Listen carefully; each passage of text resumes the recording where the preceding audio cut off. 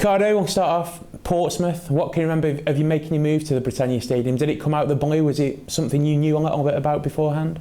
Yeah, actually, I knew about it beforehand. Leaving Portsmouth and went to Southampton under Ira Redknapp again. Obviously, he was the man who brought me to Portsmouth. Made the move to Southampton and asked me if I would join him. Obviously, with loyalty and respect for him, I say yes, and I went down to Portsmouth, to Southampton. And then obviously he went back to Portsmouth, which is Ira Redknapp, and then obviously I knew about the interest from Mr. Tony Pulis, and then at the time, and I thought, why not? Because at the minute I'm not playing at Southampton for whatever reasons, and I thought I went out on loan to Ipswich, came back in after a month, saved Southampton. When I came back, they were like 22nd on the table, and we managed to finish 10th, and I was Player of the Month with 10 goals in like 8 games, I think. Managed to get Player of the Month that month, and Southampton was safe. And I decided to take the opportunity at Stoke that presented myself with Mr. Tony Pulis, and the rest is history. I remember at the time when you signed, Stoke were towards the bottom of the table. It wasn't a good time for the club at that moment in time. Did you think about that before? Yeah, I mean, when a manager said he wants you, and you can feel the intensity, you could feel the vibe, the good vibe, you could feel the positivity, and you could feel the love. And when you sort of have that feeling from the man who you're going to be playing for, it makes things a little bit easier. It makes you want to be there, and it makes you say, wow, I'm going to give everything for this manager or this man, you know? And that's what happened. When I spoke with him, obviously I knew of it, the situation. My agent was speaking with him as well. And Danny Higginbottom, who obviously used to be at Southampton as well, made the move to the Britannia Stadium, also rang me up and we spoke about it. And I thought, yeah, why not? I give it a shot, because I never liked disloyalty in any club, and I thought I was unfairly treated at Southampton in the end.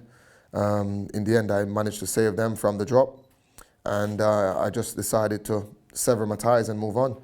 That's me, and that's what I end up doing. Come to Stoke with a clear mind, loads of positivity, bags of energy. And when I came, you're right, the team was not at it was somewhere heading towards the last half of the group, the bottom half of the table, and it wasn't too pretty. And at the same time, I had a knock on my ankle. I remember, and I was on the physio bench, and the gaffer kept coming to me and said that he needs me. But I couldn't do nothing at the time because my ankle was so sore, and I didn't want it to make it that any much worse. So I decided to go home at night and get in the treatment, the heat bags, the icing, everything. I was rubbing my ankle by myself, along with the physio's work in the afternoon at training. And next time I remember, fans was throwing their season ticket at the gaffer, if you can remember, and I was slagging him off. And then he came and begged me again, and I thought, I've got to give it a shot now. It's getting too bad. Or next thing you know, I might not have a manager. So I thought, yeah, I'll just strap up my ankle. We went out there. And as I said, the rest is history. We never looked back then. I remember one of the first games, Leeds United away. The team was struggling at the bottom. You came in, the likes of Andy Griffin, Lee Hendry. There's a couple of lads who came in, and you hammered them 4-1. That was a turning point, massive turning point. Yeah, definitely. I scored a wonder overhead kick goal as well. I think I remember living over the keeper. It was from a very acute angle as well, which was a bit impossible, some people would say, to score. But I still managed to pull it off. And we did win that game convincingly, to be honest. So yeah, you're right. Was that a start of the momentum you built that season, because you very nearly reached the playoffs? Yes. I think we missed the playoff by 1 point. I think we were 1-0 up against Cardiff, I remember, and I could have scored myself. And me being me, I decided to play in Martin Patterson, I never forget. And he kicked the ball towards the goal, thought that he had scored, and was celebrating before the ball even hit the net. And next thing you know, the ball went side of the post, do you remember? And Cardiff went up the last 5 minutes and scored. We drew the game 1-1, I think it was, or 2-2. But remember, we drew the game. And that's what cost us the playoff points, didn't we? Because if we had won that game, we would have made the playoff. Yeah. But Pato missed that goal. Everybody, we couldn't even believe it. He was celebrating before the ball hits the back of the net. Next thing you know, the ball is not even in the net. And we managed to finish, I think, 7th or 8th that time. Yeah, 7th or 8th, I think we finished. I remember we finished by, we missed the playoff by 1 point. And I think, yeah, you're right. That's when we knew that we had to build on this, because that was a good attempt. Finished 7th or 8th, could have made the playoff. That's a very good attempt. So next season we know that the gaffer know it as well. The staff know it, and he just convinced the club to do it, getting some more quality players, some good players in. And, you know, the rest is history, as you can say. Is that when you sensed the mentality change? Having gone so close, you realise next season that could be our time. We can reach the Premier League. Because not many people gave you a chance, did they? Yeah. Well, you don't really know what's going to happen, but you could feel the positivity. You could feel the changes in the club. You can feel the manager wants better players in. You could feel the owners of the club trying to do better, knew that this is an opportunity for we to build on this, build on the success so far. And obviously they believe in the manager, and the manager believes in the players that he has brought in. Myself, Dubry was there before, Danny Higginbottom, Rory Delap, Ryan Shawcross, you name it, Glenn Whelan, obviously Andy Wilkinson was there before, Carl Dickinson, Liam Lawrence, obviously who played an integral part into our rise, so to speak, to the Premiership. So as many other players, and you know, you could sense that, you could feel it, but at the end of the day, and really and truly, you just never know. You just gotta give it your best shot you can, and hopefully it will be good enough. And it was good enough in the end. When did you realise in that season that automatic promotion was something that you could realistically achieve?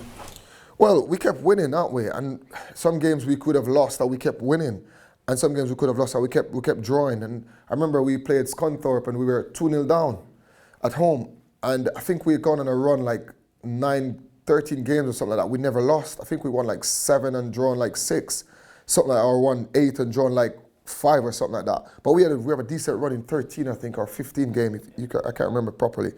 But we never lost. And we played Scunthorpe at home, and we were 2-0 down. And the fans were caning us, remember? They were booing us off at half time, and I'm like thinking, really? Seriously? Are they for real? And me being me, I'm a fighter. I don't like people on my back too much. I like to get them off. And I thought to myself, they cannot be doing this. We have had so many games on the road, and we haven't lost. And we have got like so many points from 13 or 15 games, and we haven't lost. And yet still we're 2-0 down at halftime, and they're booing us. They should be trying to motivate us rather than booing us.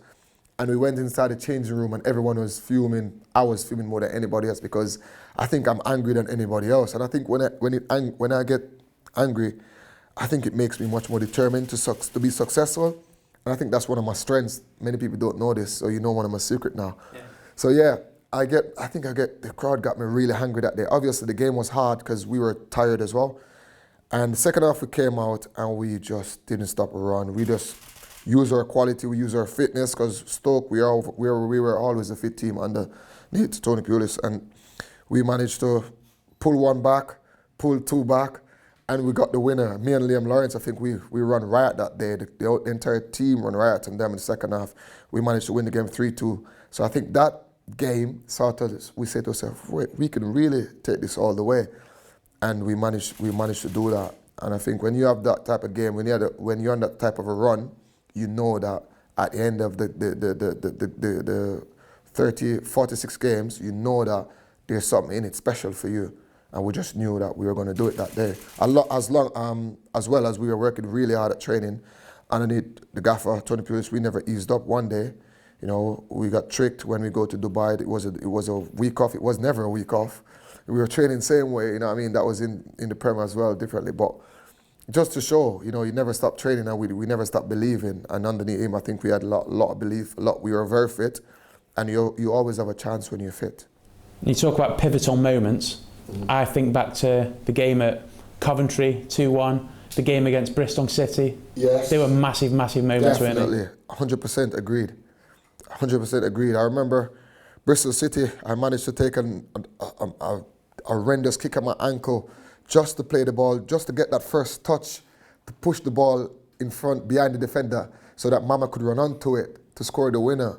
You remember? And it was a horrible knock. After the game, my ankle was swollen this big. But it's something that I had to do, because Mama is such a nice guy, such a hard worker for me personally, because many people might not give him the respect he's deserved, but I give him 200% of my respect, because he was my legs most of the time, because he used to do a lot of running for me, because he used to be the man filling in. As when we lost the ball, he's the 1-1, because many people didn't know we play. When we lose the ball, it's 4-4-1-1, but when we win it, it's 4-4-2. So when we lose the ball, he was always the man doing that donkey work in behind me as a striker, which managed to save my legs. So I managed to do the things that I did on the ball and managed to score the goals I scored, because I had loads of energy, you see. So, and after all, we're all a team. Everybody has to contribute what they're good at, and that's what makes us a team and what makes us so successful then. So yeah, I managed to get that touch on the ball, play Mama Hin. Mama Hin went in and scored. And we won 2-1 against Bristol City at home, I think it was. And then we drew a 1 against against Coventry. Yeah. Me and Liam Lawrence. I scored that penalty and Liam Lawrence scored that goal. I think we won 2-1. Yeah. Was it 2-1 we won? And then against Colchester, where we didn't manage to lose the game, which is very important for us. And those games were really vital games for us, making that big step into promotion.